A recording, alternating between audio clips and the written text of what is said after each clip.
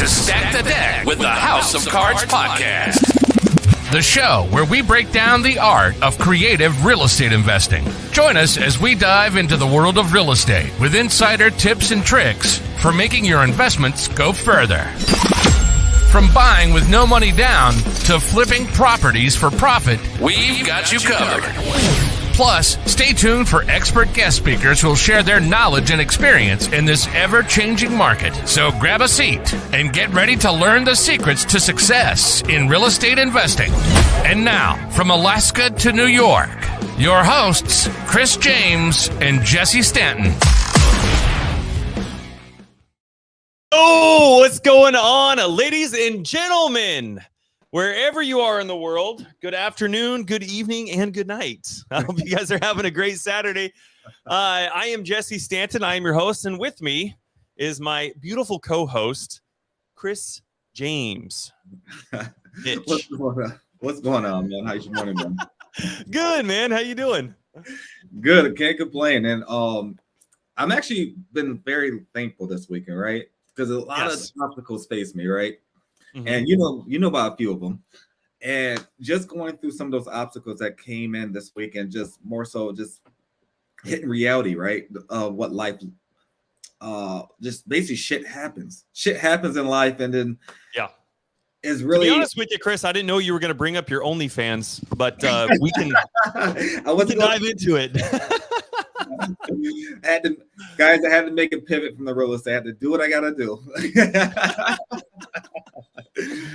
But no, it's just and everything that happened this week, and just more so how I overcame it, and just waking up and just being blessed, and one, having you as a business partner, just literally, it makes a big difference. It really makes a big difference, because if you don't have the right people in your corner and your accountability partners, and Angel, you've been a part of that as well. I think you already know what I'm talking about, but more so specifically, where I'm gearing this to is just, we're all going to face a lot of different challenges in life. We're all going to face obstacles when we least expect it. And, everything can be going amazing. One day, you wake up, bam, this happens. Then another thing happens within an hour, the next hour. And it really is those growing pains and how you really get through it. And I'm very proud of myself. I don't know if I ever said that out loud, but just reflected in the mirror, like, it could be much worse. It could really be much worse. Absolutely. Be thankful you woke up today. Be thankful that, you're alive. It just cherish the little things. And, I was pretty excited to come on, not just come on every Saturday, but more so, I love doing these podcasts and episodes with you guys, because more so, the environment that you guys give and the energy is so different from what it really is in the background. So what I mean by that is your biggest support really comes from your virtual friends, people that don't even really know you, people that's really trying to see the best in you. Not even your closest family members or your people who you think your friends that lives in either same town or whatever that, may look like. It's just, my biggest supporters are all virtual. Crazy, right? All virtual, different states, different accountability partners, different states. And it's so like, it's not refreshing, more so. I don't think that's the right word for it, but I think the word for it is, I'm very humble. I'm just gonna say I'm very humble for what things are looking like for me. And Angel says you should be proud. You're stronger than you realize. Thank you for that. And Angel definitely stated that to me the other day, and she's right. I really gotta stop thinking. And me, just especially coming from, being around Jesse, he talks about mindset and all this other stuff. And sometimes I beat my own self up, when really got to realize that the sky is the limit. And I really got to cherish everything that's happening. And I'm only holding myself back. And I can't remember who said this last week or the week before, about we really control our own emotions. We really control our own emotions. We really dictate if we're going to be angry, sad, happy, or what. We really control that. You wake up in the morning and you're angry, you're going to be angry. You wake up in the morning and you're happy, you're going to be happy, right? And I really started controlling my own emotions, because at the end of the day, you could be upset at someone, but is that person really upset at you? Is that person going about their day and living their life, and you're upset about something that you really can't control? I learned from the best, Jeb. I mean, he's okay. but no, he's a great mentor, and I know he's doing amazing things in his coaching program, which I believe is what that started last week and a half ago. And I know Yeah. Yep, week and a half ago. Yep, we started a new cohort a week and a half ago. So it's the feedback's just been amazing. Everybody who's jumped in and just getting the clarity and the mindset right, and just kind of creating this foundation to build upon. And a lot of it goes into what you're talking about right now, Chris, and just understanding that there's never a perfect time to jump into anything, whether you're building a business, whether you decide to have kids, whether you decide to get married. I mean, I know I'm not like digging on anybody who chooses to have like a 3 or 4 year engagement or something like that. You know what I mean? But I know a lot of people are like, well, we want to get to this point, then we want to hit this point. We got to get to this point before we have kids, but just life just happens, man. Life just happens, and stuff happens, and you just the time that you least expect it to happen. And you've either got to be in that mindset of understanding that, hey, this event is simply just an event. And the way that you understand that event in your head is going to dictate your emotion around it. That emotion that's surrounding that event is going to dictate how you choose to proceed from that, what actions you take. And so, yeah, once you understand, like, it's all business. I mean, not even all business, dude, just life in general. It's all mindset, dude. But I appreciate you sharing that, man. What a great way to kick this off, bro. No, absolutely. And I just everything I'm learning right now, I just kind of wish I knew this 5 years ago, 6 years ago. I'm like, I think I'll probably in my mind. I'm just trying to think. If it was 6 years ago, me, I can only imagine what I'd be doing right now, where I'd be at. But I know everything happens for a reason, right? I'm in the right place. I'm really in the right place at the right time. So, I'm not upset at it, but, you always start to reflect like, damn, if I really had the knowledge I knew now 6 years ago, yeah, where could I really be? But I know literally 6 years from today, we're going to be looking back like, oh, I can only imagine where that's going to be. We're probably going to be having our podcast on the beach somewhere. I can already lay out and everything. A new beach every Saturday, bro. You know what? You know what's funny though, Chris? It's neat to even look back at where we were a year ago. I mean, we connect with so many people every single week, and a lot of the story is, hey, where did you guys start? Tell me about what your guys' business looks like, and what are you guys doing? And a lot of the times it starts out with, well, we've been in sub 2 for 3 years and 2.5 years, and we've learned a lot. We've lost a lot of money, and man, we've made a lot of money as well. And it's neat to go back and just look at where our story started 13 months ago, bro, and just to see what it is possible, just after 13 months. And I think that's what people talk about doing. They say, hey, if you want to be successful, the secret to success is not giving up. That's it. That's the secret to success. Because you and I have been, we've been doing this for a couple years before we got together even. Yep. And starting a business from scratch, from ground zero, bro.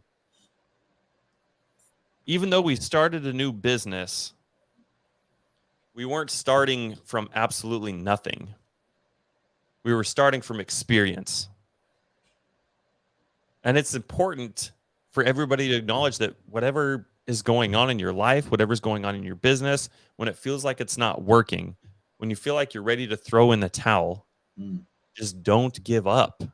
That's literally it. When you put that out into the universe says, this person is relentless AF. And it's going to happen for you, because I've been there. I felt like that. I think most of you probably know, my story. Living in Alaska, I mean, there's nobody up here. There's nobody up here that's doing what I want to be doing at the level that I want to be doing it at. There's literally not one person that I'm aware of in the entire state that have made themselves known and said, hey, this is what I'm doing in real estate. I'm making, $500,000 a month by wholesaling and buying real estate and doing all these things. It doesn't exist. I mean, people up here, especially when I first started 3 years ago, thought the wholesaling was illegal. A lot of people still do. The majority of the state still thinks creative finance is illegal. So it's been really interesting, man. But to be able to take those losses, to take it on the chin, and to come back and continuing to stay consistent, continuing to stay in the trenches, that's where you and I got together. And dude, for everybody who doesn't know, I'll share this with you. What was really neat about Chris and I getting together, I'll kind of start back a little bit further. I'll give everybody some context, which is going to kind of lead into what we wanted to talk about today.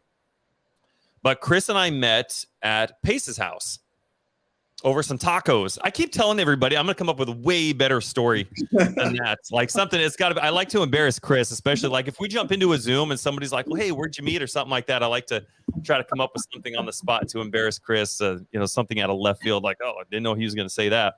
So I need to come up with a better story. But we met at Pace's house over some tacos, and it was the day before we were supposed to go into the mastermind. It was a 3-day mastermind. I think it was a Thursday night, and the mastermind, if I remember right, started on Friday. So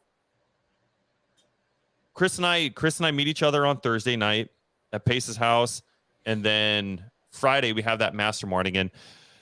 Friday morning, I think it was in the first hour of the first day, I'll share something with you guys that Pace shared with Chris and I. He said, I got a call from Brent Daniels one day, and I answered the phone, and I'm like, hello? And Brent's like, Pace, I need you to get the fuck over to my office now. And that's how he said it. So I'm just relaying verbatim what he said. And he's like, oh, shit. All right. Something must be going on. Let me hightail it on over there and see what Brent has going on. And so he walks into Brent's office, and, the whole gang is there, Jerry and Jamil and everybody. And he said, I think there was about 10, 12 people or so in there. And Brent tells everybody who's in there, he says, hey, I want to see what is in your guys' bank account. I want to see exactly what's in your bank account right now. I want to see what's in your wallet. I want to see how much money your business is making. All the things. That's a pretty hefty question to ask somebody. The way that Pace articulated, he said it's almost kind of like dropping your pants. It's like, all right, gents, what are we all working with here? It's a pretty intimate question to ask somebody. And a couple of people actually walked out. And everybody else who stayed, Brent told everybody, he said, I want each and every one of you to be making 25% more in your business by this time next year. And if you're not, then we are done. We're done. Our relationship of this caliber is done. Now, it doesn't mean we're not friends. It doesn't mean our families aren't going to get together. It doesn't mean we're not going to go swimming and go to dinner and do all the things. But you're out of the group text. Because I only want to be around people who are going to hold me to that level of accountability where I'm going to not, be 25, where I'm going to be 25% better at a minimum by this time next year. That's some pretty hefty accountability right there, wouldn't you guys say? As soon as we heard, that to say, hey, you know what? You're cut off from us. You no longer have access to our presence. Like this isn't a thing. Because we've all got the same 24 hours in a day. So you got to understand, how are you going to be intentional with those 24 hours? You can only spend it with so many people.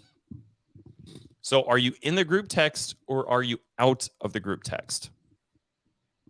That's a pretty big, that's a pretty big order. And that's awesome. And the point in Pace sharing that story with us was, he said, we need to find our own board of advisors that we can have that level of accountability, whether we are meeting biannually, whether we meet monthly, whether we meet quarterly, whatever that looks like. And I knew right off the get-go, as soon as he said that, I looked right at Chris. And I was like, all right, this guy seems pretty cool, and he's doing some awesome stuff. I want him to be on my board of advisors.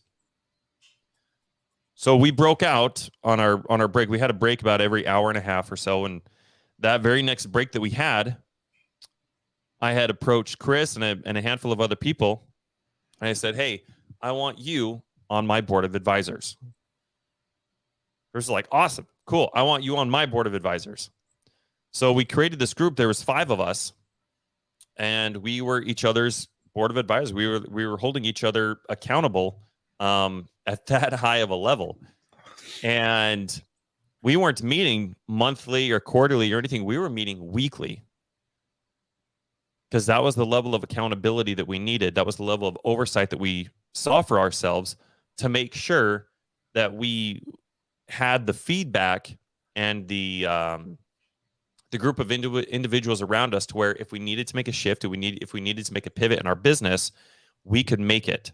Now, think of it like this. If you are in an airplane and your airplane has a destination 300 miles away and it's off by 1 degree, probably not that big of a deal, right? But if you're going from Alaska to UAE to Dubai or something like that, and your flight is off by 1 degree, you're going to be off from your destination by quite a bit. That's a pretty big thing to be off, right? So when you're thinking about your goals and the direction that you're trying to go, you want to be cognizant of those types of things. And so when we decided that we were going to meet weekly, that was the level of accountability and, like I said, oversight that we wanted to make sure that we had regular meetings to where we didn't get to a point to we were, a month off or 3 months later where we were getting feedback and saying, hey, whoa, actually you should have pivoted about 60 days ago. So, Chris, is there anything thus far that I missed or anything else that you would like to add? No, I really think you hit the nail right on the head, man. Accountability came into play, and as Jesse stated, I definitely wanted him on my board of advisors as well, because essentially, if you don't have a board of advisors, I'm not for sure how well can you do by yourself. There's a lot of successful people out there, but I can't still to this day. I'm 33 years. Oh, that's weird saying that out loud, but 33 years old and have yet to find any successful individual who did it by themselves. And with a successful person like Pace, everyone knows Pace, amazing individual, but he has a lot of accountability partners behind him. I want to say behind him, next to him, holding him accountable to ensure that his goals are achieved. And I know Pace is doing the same thing. So when it comes to accountability, guys, you got to find your accountability partners, and not just one. I'll call and touch base. No, not just call it. Make it intentional. Start writing stuff down and see exactly. Okay, this is what Jesse wants to achieve. Okay, how can we help Jesse achieve that?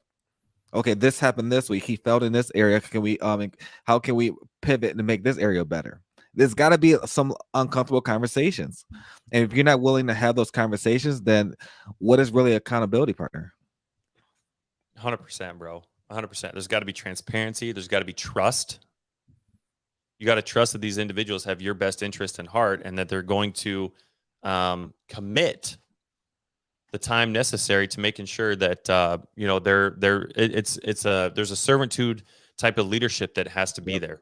Yep. And I've said it before, and I'll say it again, man. Like that's why Chris and I, that's why our relationship is so unique. You got 2 visionaries. We don't have an integrator, not yet. We're actually in the middle of trying to we're interviewing integrators right now. But to make it as far as Chris and I have, and to have in place the things that we are wanting to continue growing without an integrator has been like, it's been kind of mind-blowing, Chris. But it all comes down to mindset and that servitude leadership that I'm talking about. And I wake up every single day and I'm busting my ass over here in Alaska so that I can make sure that Chris and his son are taken care of. So they got food on the table. And I know that every single day Chris is waking up to make sure that my family is taken care of. And I cherish that relationship, bro. Thank you very much. I love you and I'm very grateful for you. But that's how our board of advisors started. And so if you guys don't have that, write this down. Make sure you guys, if you're driving in the car, like pull over and write this down right now. I would make it a goal. If you guys don't have these people in place, put them in place, or give yourself a week, give yourself maybe 2 weeks to really and methodically write down the individuals that pop into your head. Say, hey, you know what? I would love to maybe hop on a conversation with these 10 people so I can narrow it down to 5. Maybe you narrow it down to 4. But having that level of accountability is so important. And one thing I want to add on to that is make sure that the individuals that you are having come in aren't on the same level that you're at. Yep. You want to have people as your board of advisors who are, whether they're 1 step ahead of you or 10 steps ahead of you. You need to make sure that they're not on the same level. It's almost the equivalent of having a bunch of people, whether you're new or not is irrelevant.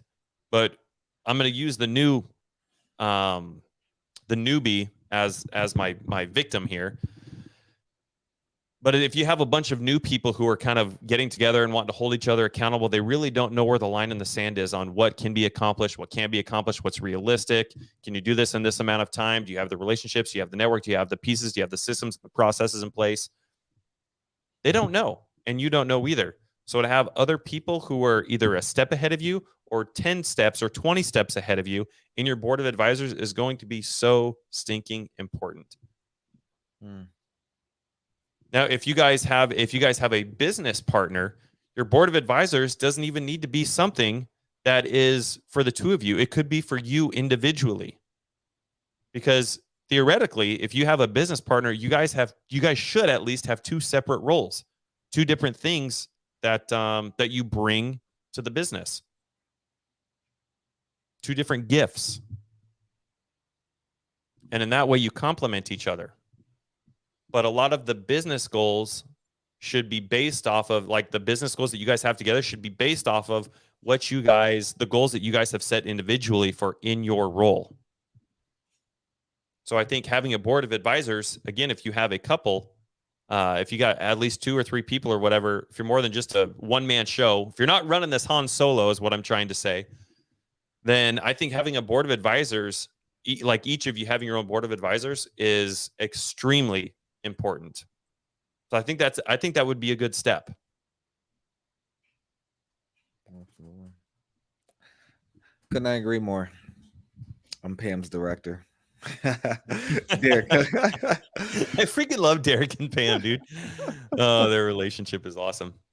But anyway, that's how Chris and I met.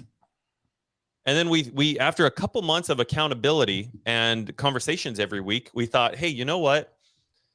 Why don't we do something together? Why don't we start dating? Let's kind of see how that goes. Derek's Chewbacca. This is what I'm talking about, dude. I freaking love that.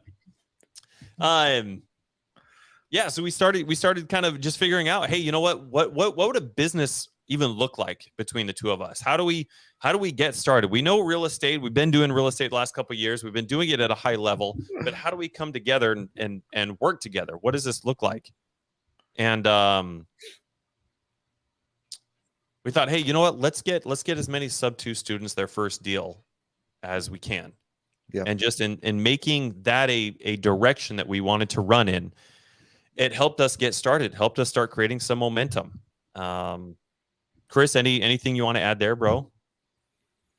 No, I couldn't agree more, man. Like literally when starting just finding your business partner and just doing that dating phase and it just really understanding exactly what that looks like as far as the ups, the downs. Because you really don't know if it's going to work out, right? Like for instance, I can partner with someone today knowing mentally the vibe is not there. And I don't really like to utilize that terminology, but more so, or maybe the alignment. I'm gonna use the word alignment for better purposes. It's just you have to you have to date them. You have to take 3 to 6 months to really understand, okay, is this really going to work out? Because you guys may have similarities, but if the alignment is not there, it's not going to work out. And a lot of people will just go through the motions just to say they have a partner, and that's, you're not going to become successful doing that. And I think Pansy asked a great question in the comments in regards to what are the responsibilities of accountability partner. That really that's on you to determine that with your partner. Like Jesse and I have different responsibilities, because every single body you'll ever meet in life has a different role or has a different growth they're going through. Because I have my different path, Jesse has his different path, but we align. I understand his objective, and I'm gonna help him get there. And he understands mine, so he's gonna help. So it's very different. Pansy, that question specifically, that's very, I want to say that's broad more so. Like for instance, Pansy, I'm not for sure who your business partners or partners may be, but that's a conversation you and your business partners gotta have, and sometimes get uncomfortable. Like, hey, I need you to keep me. I'm gonna make this up. I'm not saying this is the case, but I'm gonna make this up. Just say it's myself, Jesse, and Pansy. Just say Pansy has a hard time getting up in the morning. It's up to Jesse and I to ensure that we hold her accountable to get up in the morning and make sure she's going to a W-2 or getting to that task specifically. If she's saying she can't do it, then that's a mindset issue right there. So that's a mindset issue, which, at the end of the day, if you really want to make something happen, you make it happen. So back to the example more so, like if Pansy wants to get up at 9 o'clock don't want to get up at 9 o'clock in the morning, it's up to myself and Jesse to ensure that she gets up at 9 o'clock. No ifs or buts about it. So we got to call her, text her 8 times in a row to make sure that happens. We will do that. Jesse, hell, he gets up at 3 o'clock every morning. 3 o'clock in the morning. We used to have meetings 8. Okay, let me just reverse a little bit. We used to have meetings.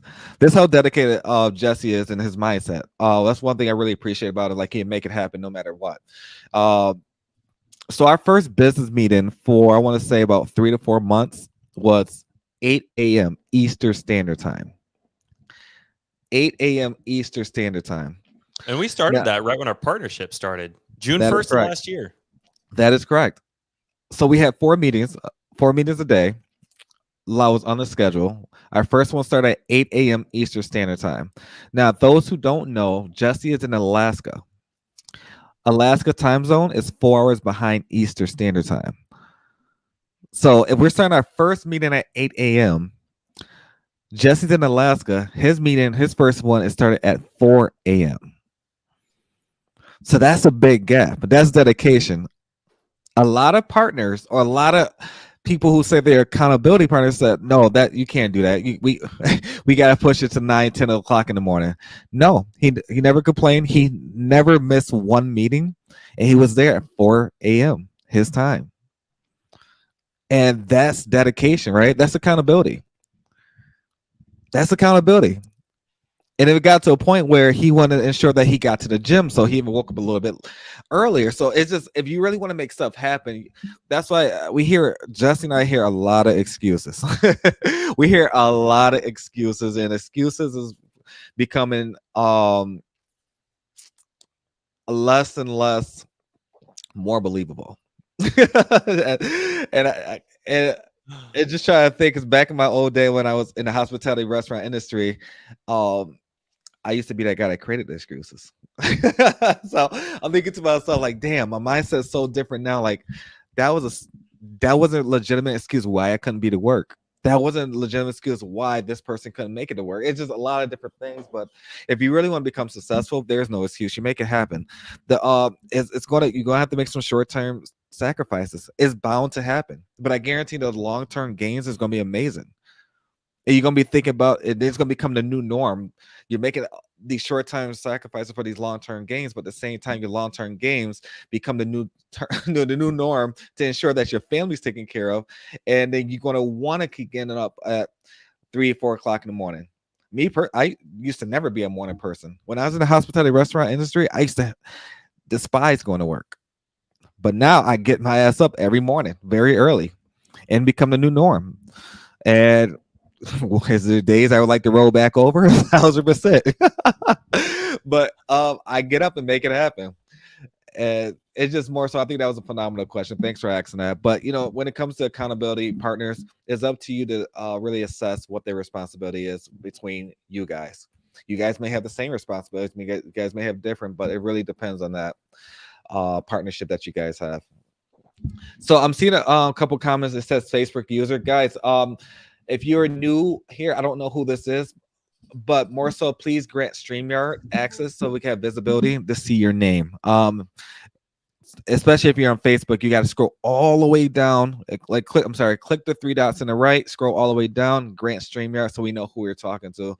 But no, Facebook user, you set boundaries in a good way, just like in the other relationship, 1,000%. You have to set the boundaries. And just want to say, guys, we really appreciate it. And I did get a comment already. I guess not a comment, it's like a messenger. But based on, I will get the episode from last week out literally tomorrow. I was actually working on that one right before we hopped on, but specifically, I'll get that out tomorrow. I think that was a phenomenal one, guys. If you didn't see last week's episode about more so where Larry Paul came from, his relationship building, where he came from, it's just his entire background of and where he's at today is a really eye-opener, and that's a perfect example of no excuses. He had a situation that happened to him. He could have easily let that hurt him, but he didn't, and it made him to what he is today. So if you guys didn't see the last one with Larry Paul about the 5 wealth of building factors, amazing episode. He was a great individual. Feel free to reach out to him, and or if you need his contact information, let Jesse and I know as well. And this is another example of no excuses. Jesse is playing Mr. Mom right now. He's got an army over there, 4 kids, 18 dogs, and I don't know who else live in the house, but he's playing Mr. Mom right now. Changing diapers live on the air, bro. Live on the air. So, but yeah, it's amazing. It's just amazing, guys. If you can't do something, just please reach out to someone, right? Like for instance, a lot of people say, I'm working a W-2. If you work at a W-2, no problem. What are you really trying to accomplish? If you want to replace that W-2 with something, find somebody else who's in real estate who can actually do what you're trying to do. Partner up and make money that way. While you're perfect example, direct to DTA, direct to agent. A lot of people can find leads online, talk to the agent, and have those conversations. If you're at work, maybe when you get off work, create a list of specifically you want to give to your partner or accountability partner to have them call while you're at work, and you guys can work those offhand. There's really a lot of different ways you can actually maneuver. Even before our partnership, Jesse and I partnership, I wouldn't go to sleep till like 2 o'clock in the morning, because essentially all I was doing all last year was just the first year in real estate was all wholesaling. That's all I was doing. And a lot of our leads specifically that was coming in our pipeline was in California and Vegas at that specific time. So I was having quality conversations at 10, 11, 12 o'clock at night. It gets to a point where a wholesaler calls me and said, hey, we got to work on this. It's actually Stockton, California. Perfect example. Lonzo, thank you for this. Lonzo was actually the one that bought this from us. Perfect example. It was myself, Sebastian. Sebastian was the initial wholesaler. This is when the time I was doing the Lonzo method, and he considered a dead lead. So he reached out to me, knowing I knew creative finance, to get this under contract. It was 11 o'clock at night. He literally asked me, said, hey, this is on our list. It's too late. We should probably just call him tomorrow. In my eyes, it's 11 something my time. I could have easily said, oh yeah, let's just call him tomorrow. But no, we hopped on the phone. We got off that phone literally 1 a.m. We had a quality conversation. We locked the lady up. Well, not in a disrespectful way. We got her under contract. Let's just say that. We got her under contract. She was ready to move forward. And we understood her story. She lost her husband, unfortunately, that passed away from cancer. The doctor said that he had more time to live, but literally he died within a month of the doctor visit. So during that time, more so 1 o'clock in the morning, the next morning, I knew at the time I wasn't a buyer. I wasn't a buyer. So I reached out to Lonzo. Lonzo said he'd be a great buyer for this specific property over in California, and we sent the assignment agreement over, and we wholesaled it to him. So, but that could have been an opportunity that I could have missed. We made $24,000 off that. $24,000 versus I could have made $0 off that one deal if I would have just took my ass to sleep, but I didn't. Because you gotta think about California and Vegas, the West Coast, they're 3 hours behind us, right? So that's more opposite. A lot of people think if you're especially being on the East Coast, literally their day probably stop around 8, 9 because it's too late to call. But no, why not pivot and actually, if you really want to create more opportunities, call people that's on the West Coast. That's what I did. That's exactly what I did, and I would have never came across that deal if that was the case. And absolutely, Pansy, Uncle Lonzo is amazing. He's him and his wife, they're phenomenal individuals. The Lonzo method is a crazy method if you really, really maximize on it. But that's just one more avatar, guys. You can go after. That's totally up to you. Again, I'm not trying to have you do like the shiny object syndrome and have you change your course.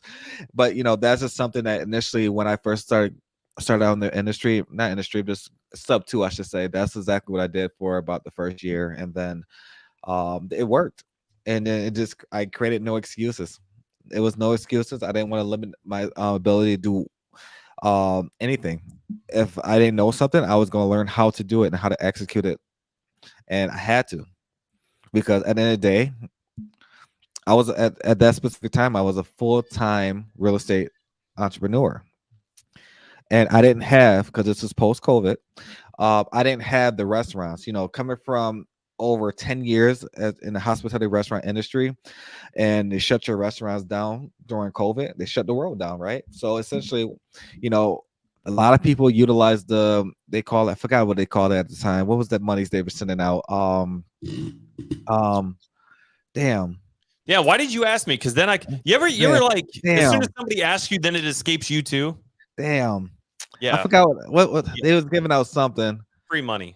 It was the free money, whatever you call it. Whatever that money was, I forgot the terminology. That's going to bite me right now. Stimulus checks. Yes, that's what it was. So as everyone was getting the stimulus checks like across the world and everything, people were blowing it on the stupidest shit. Stupidest clothes. Some of my family, if you're watching this, I'm sorry, but you guys are dumb for doing it. I don't know what you was doing with your money, but me personally, I literally saved those stimulus checks and literally invested into real estate. That's how I got to my first mentor, Cody Sperber, Clever Investor. That was the first group and mentor I ever had in real estate. And then more so specifically, after that got me into my second mentorship, Pro Wholesaling with Alex Martinez and his twin brother. And then from that specific one, I got into sub 2. So I could have easily took that money and just blown it and all that good stuff, but I had to do something smart. Had to smart and I had to invest. And a lot of people say, okay, that's a scam, that's this, that's that, and a third, but you really have to invest in yourself if you really want to be in the right places. And I know I don't take anything back, because specifically I would not be where I'm at today. Jesse and I would never created this podcast. Jesse and I wouldn't have an entire business or operation. We wouldn't have our own lending division within a third mind company. We wouldn't be able to offer loan products. So it's a lot of different things specifically that I don't regret anything in life. I don't look back to, like, for instance, something that happened 8 months ago. I'm not going to look back and dwell on it. I'm going to see how I'm going to go forward. Obviously learn from what happened 8 months ago and not let it happen again. But more so, I just got to keep my eyes on the prize. If I got a overall objective, there's going to be different goals that's going to get there, and then under those goals it's going to be different tasks. So it's like a ladder. No, it's like a ladder. You're climbing up a ladder and you're trying to reach all these different, I feel like I'm playing a game, like I used to play like Mario Kart, GoldenEye, and all that good stuff. But you achieve all these different levels. Like after you complete your test, you got your goals. After you got your goals, you got your overall objective. It's pretty neat. That's the way I really look at life and just in general, because if you're dwelling on the negative stuff in life, and for one, if you're around negative people, get yourself from them. No, if it's a bus, I don't care if it's your mom, dad, sister, brother, cousin, dog. Get rid of the dog. but just when it comes to negativity, I don't like to be around it. I don't got time for it. I don't want it in my space. I'm pretty sure Jesse's the same way. We want nothing but positivity and uplifting individuals around us. And we want to just see everyone be successful. No ifs, ands, or buts about that. And, just determining your success for yourself is really a key factor. Jesse and I can't determine that. We really can't determine what your success looks like. Only you could, because only you can vision it. And a lot of people always ask, well, I want to do what this person do. I want to do what that person. You really can't do what they're doing. I can't be like Pace. I cannot be like Ed Milet. I cannot be like Chris Combe. I cannot be like all these individuals. The only person I can be like is Chris James, because they had a vision and they got to that vision because it was in their mind. And if you're trying to implement somebody else's mind or some idea, and all this, you can always recreate the will, right? But essentially, that was their vision for a reason. And a lot of people always, I want to do what that person's doing. I want to do what that person's doing. And when people say that to me, I said, well, good luck, because it's not going to be identical. You're not going to be making $2, $3, $4 million in a month in the next 6 months, because it haven't created this huge operation. Pace got to where he's at because he worked hard at it. He had a vision. He made it happen. Now is your time to make it happen. If John Doe comes up to Jesse and I say, hey, Jesse and Chris, what does this look like for me? I can't tell you that, unfortunately. I can help you get there, but I can't tell you what that looks like for you. Chris, do you know who Kurt Cobain is? Kurt Cobain? No, I do not. You know who Kurt Cobain is? Okay, so he was the lead singer for a band called Nirvana. I know who Nirvana is, but not in the 90s. Yeah. There's a quote from him, and it says, "Wanting to be somebody else is a waste of the person you are." I like that. Like there's only ever going to be one Chris James in the entirety of this planet. All of human civilization. There's only been one Chris James. There will only ever be one Chris James. There's only one person that can think and act and respond to things in the exact same manner that you do, and that's you. Yeah. And that's the same for everybody. That process cannot be replicated. Yeah. So wanting to do something else, wanting to be somebody else is a waste of the person that you are and the things that you're capable of. Having to go through the things that Chris is talking about, that's the shit that makes you and transforms you from this person right here into this person that you're capable of becoming. But things like understanding your avatar, having the right people in your corner, having a board of advisors, being intentional with those relationships. There's too many people that wake up every single day as if it was on accident. And I almost mean that in a literal sense. I don't think they cognitively think that, but there's a lot of people who they build their business off of it's almost like they woke up and they're like, oh shit, I'm awake today. Oh shit, let me get on to Facebook. Let me see who all is in here. Oh shit, dude, someone's trying to offload a deal in North Carolina. Actually, let me reach out to this guy real quick. And then they reach out to him. And then the next post on Facebook is like, hey, I need a PML for $35,000 for a deal out in North Carolina. That's not how you build a business. That's not intention. That's literally waking up as if it was on accident. You should, if you're waking up every day right now, guys, and you don't know who you're going to talk to, you don't know what those conversations are going to be about, you don't know what time those conversations are going to take place, you don't know what the outcome of those conversations are going to be, then that's probably a good place to start. That was one of the first things, like Chris was explaining, when him and I first got together. That was the first thing that we did. Now, we didn't know this going into this. We didn't know what I'm relaying to you guys. We didn't know this a year ago. But we're like, hey, you know what? We found out about all this stuff by accident. And you know what? By figuring this out and being intentional with it, within 2 months, Chris and I went from a business, a brand new business with nothing, and to we cleared just over 70,000. I think it was like $72,000. Yep. In 2 months, guys, starting a brand new business from scratch. So going through these things over the last, year and refining our process and building our business and building our relationships and being intentional with those relationships and understanding how to time block my day and how to structure my day. It got us to where we are right now. And I for two visionaries, bro, I'm like, holy hell. That was God. Definitely not by accident. So it's been pretty neat, man. But I think to kind of recap a little bit, if you guys don't have a board of advisors right now, that should be your next move. I think that should be your first list. Give yourself maybe 10 days, 2 weeks at most, and just start jotting down a list. Take a little bit of time. Take 20 minutes a day. That's it. 15 minutes a day even. And just start jotting down or writing down names of individuals that you admire, that you respect, that you want to be doing what they're doing. SuperMario, there's an individual that Chris and I have gotten to know, and he goes by SuperMario, and I freaking love that. He said that he shared something with Chris and I. We had him on the podcast. I don't remember if it was last year or if it was early this year, but he said, never take advice from somebody who you're not willing to switch places with. Yep. I won't ever forget that. That was amazing. I was like, oh my gosh, that is a golden nugget right there. I don't have any tattoos, but if I was going to get a tattoo, I'd get that one right across my forehead, man. Never take advice from somebody you're not willing to switch places with.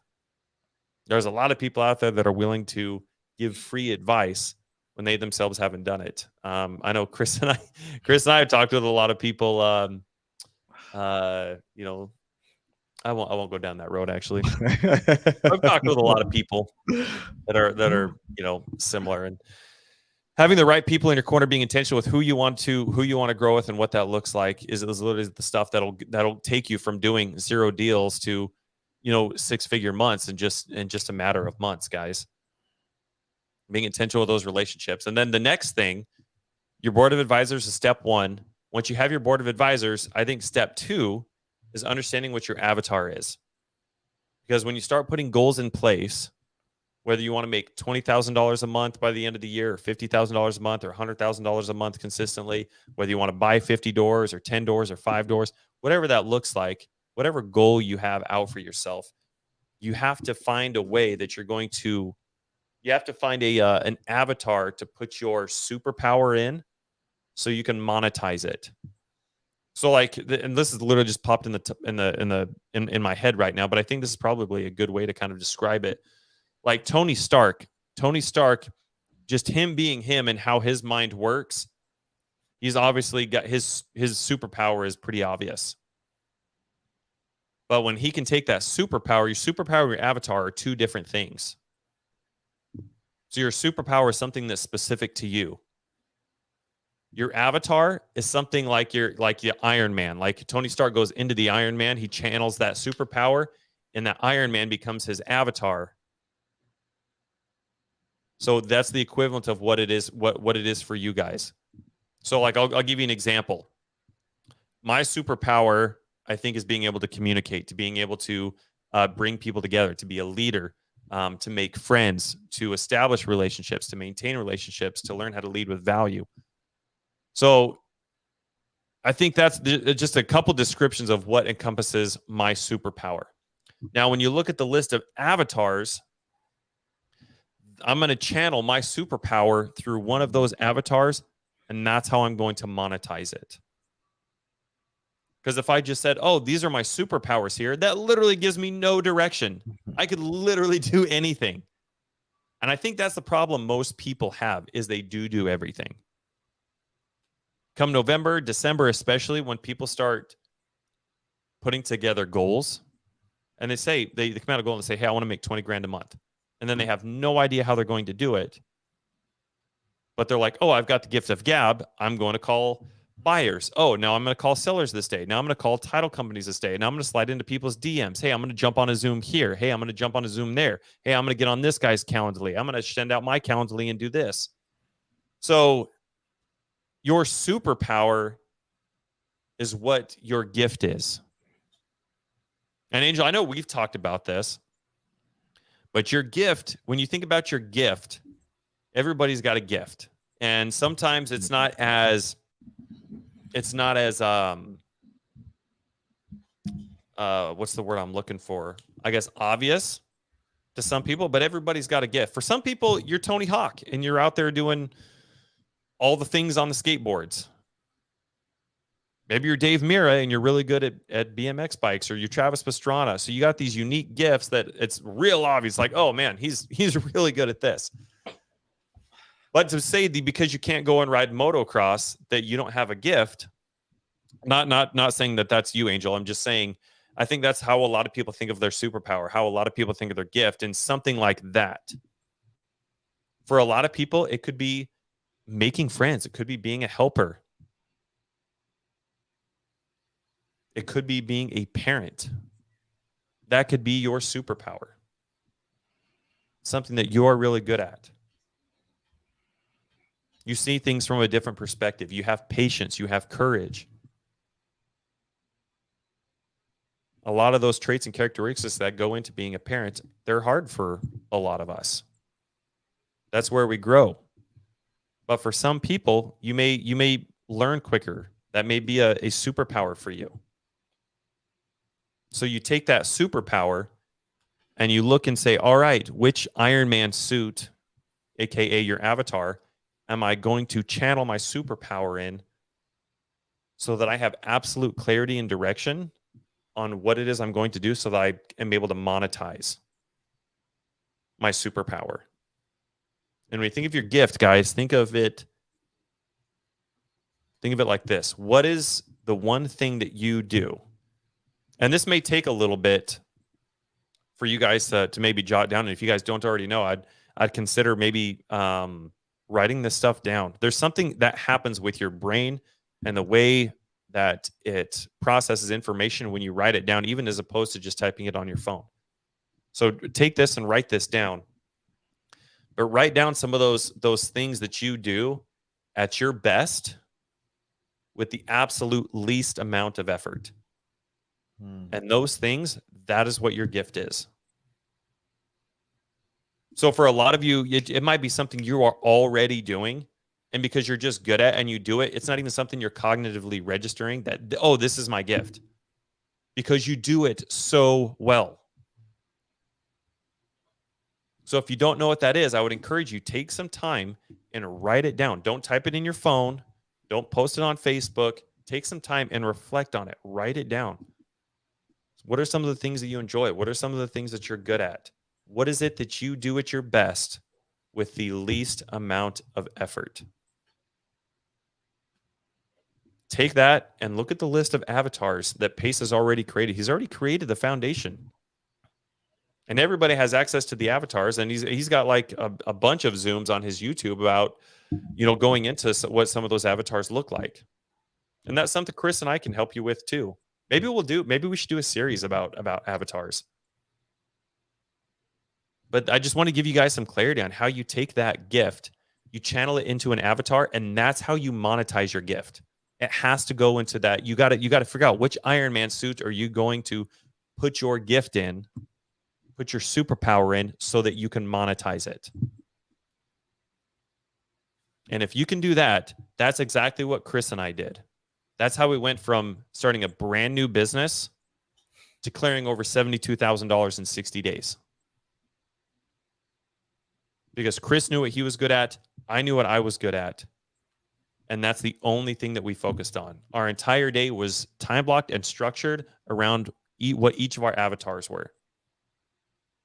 And here's the cool part.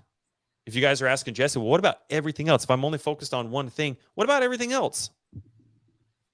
That's a great question, because now that you're only doing one thing, now you have the clarity Yeah. of where the holes are in your business. And the next question at that point that you should be asking yourself isn't, how do I do this? How do I spoke with a gentleman last night. As a matter of fact, right before I went to bed, brand new sub 2 student. And I was asking, we were having actually a similar conversation. And he was asking, well, what do I do about what, like I don't know what my gift is. I don't know. I can call sellers. I'm a great integrator. I can learn to underwrite. And he starts naming off like 6, 7 things that he could do. And I think most people inherently probably look at what they could do that similarly. Well, I could do this. I could do this. I could do this. I could do this. And for a lot of people, those are contradictory. So just because you could do it doesn't mean you should do it. And if you don't know what avatar to fit your superpower in, guys, you know what? Chris and I, we probably both have 4, 5, 6 different avatars that we align with. But you have to just pick one. Give yourself 30 days and just say, hey, you know what? I'm going to go all in. I'm going to go ham on this one avatar. And I'm just going to see if I like it.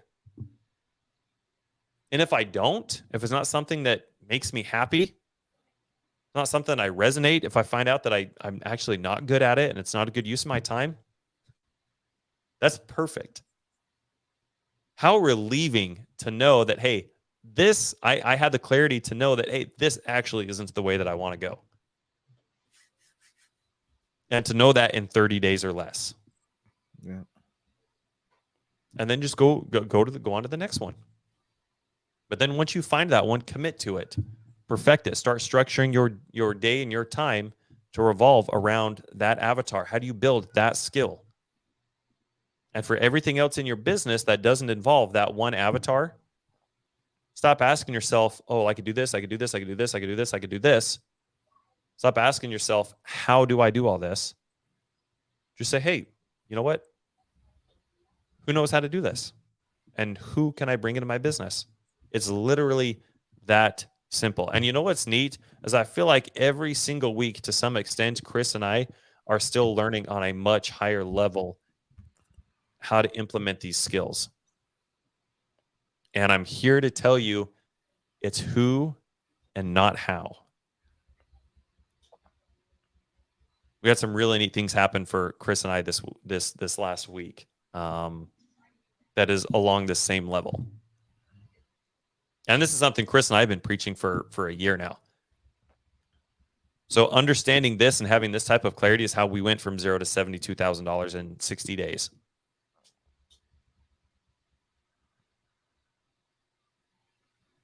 Chris, anything you want to add, brother? Anything? I know we got probably just a couple minutes left. If you guys have any specific questions, or if there's anything that Chris and I can help you guys with, or you would like us to do another podcast on something about, what we've talked about today and getting a little deeper into the weeds, please let us know. So there's a lot of things that's resonated with Angel. And Angel, I can see it. Angel, you guys probably don't see it in the comments, but it says, is that a thing, Freddie? I feel that one. That's a good question. Is there a limitation on more so a superpower? Is there a set list? And in my opinion, I don't think there's a set limitation on superpowers because everyone's so unique. Angel, I can see you, fitting that I almost said buy box, but I can see you fitting that specific area of love. You're working with you, over the last few months. I can definitely see that you truly care about everyone.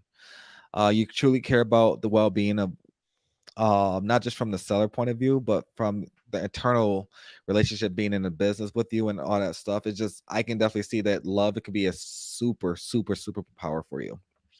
And do I think you're more than that? 1,000%. But you got to see it. I can't see it for you. And I think we're probably going to talk more offline, see how we can explore that together. But you ultimately it's gotta feel good to you. It's gotta come natural. You can't force it. And everything that Jesse just stated, I couldn't agree more.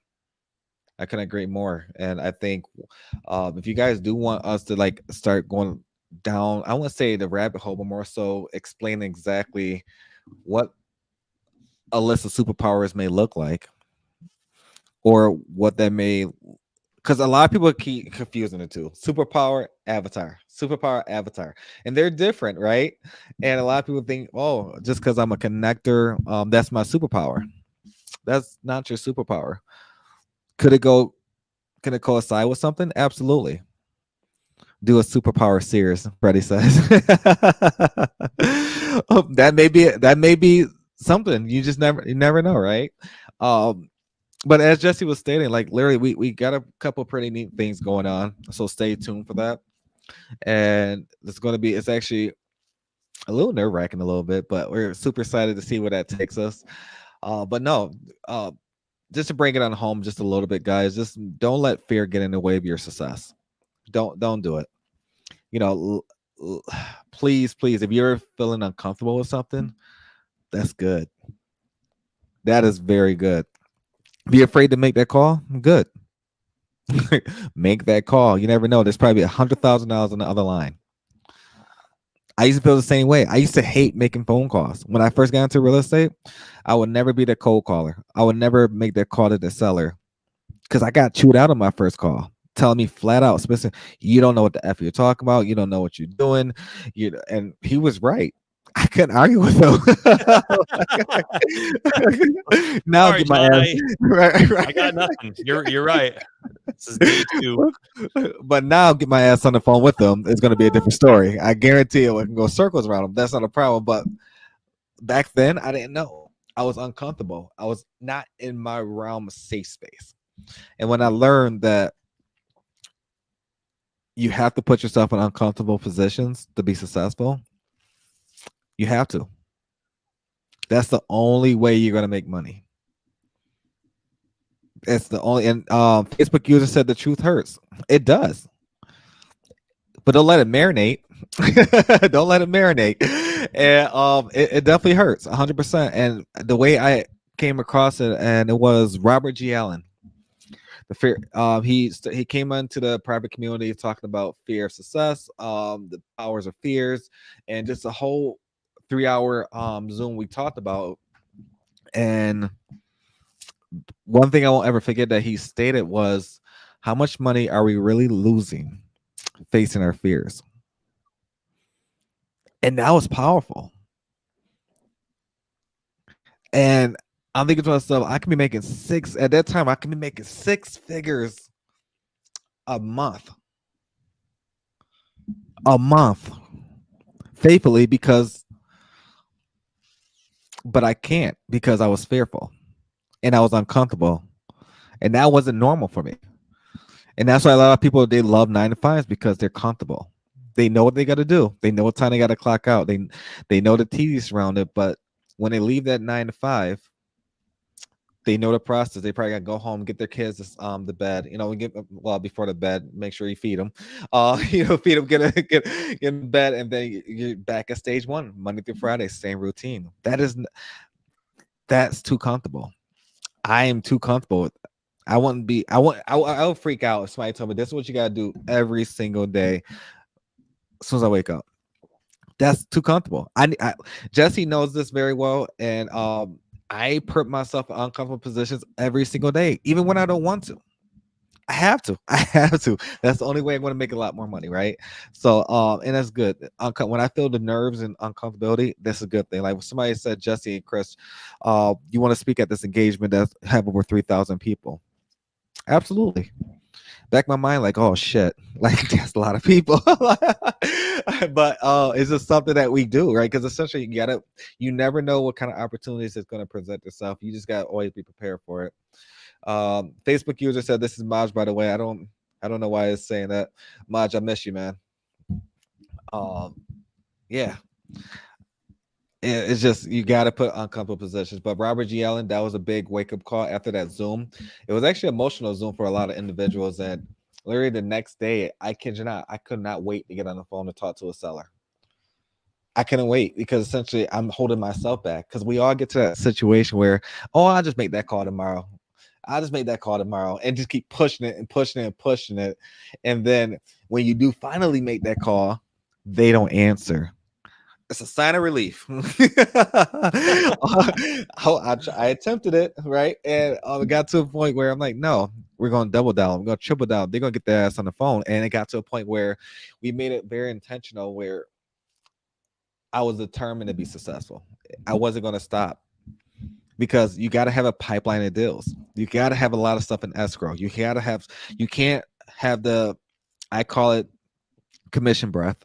When you get the one deal and you're just working on that one deal, trying to force it to happen because you need that money, right? I call it commission breath, but call it whatever you want to call it. But it's more so you're trying to force a deal to happen that's not there. That's why you always got to have a pipeline. And it can come from all different directions, right? It can come from wholesalers. It can come from internal business. It can come from anyone. But you got to open that door up to create those opportunities. And that's one thing that Jesse and I did. We created a lot of opportunities where opportunities are coming to us on a daily basis. And that's fine. Some of them are not good opportunities, but, that's fine. It's just more so you create that atmosphere and be uncomfortable. Get uncomfortable. No, we can be talking about a $1.9 million asset, or you maybe talk about that's $19,000. But when people start getting, a lot of people get afraid when they hear, oh, this property or this asset is worth $1.9 or $3.4 million, right? These are just numbers. It's just more zeros. There's nothing different. There's literally no difference versus a $1.9 million asset or a $190,000 asset. There's just some more zeros. That's all. If you want to make more money, go after bigger opportunities. That is it. Well said, bro. Well said. Well, guys, we appreciate you jumping in here. Thank you guys very much for spending some of your Saturday with us. As always, we're very grateful and humbled at the opportunity and thankful for you guys. So if there's anything that you guys need, please feel free to reach out to Chris and I. Please feel free to post it in our Facebook group. And as always, that's why this podcast is here. It's here for you guys. If you guys need anything at all, throw them in the comments. Let us if you'd love to be a guest on our podcast, please reach out to either Chris or I. Let us know. We'd love to, have you leverage this in any way you can to make some money and build connections and all the things. So anything that we can do to help you guys, please let us know. That's why we're here. You guys have an amazing rest of your weekend, and we'll see you next week. Thanks for listening to the House of Cards podcast with Chris James and Jesse Stanton. We hope you've enjoyed this episode and have learned something new about real estate investing. Be sure to follow us on Facebook and Instagram for more tips and tricks. And don't forget to subscribe on your favorite podcast platform so you never miss an episode. Until next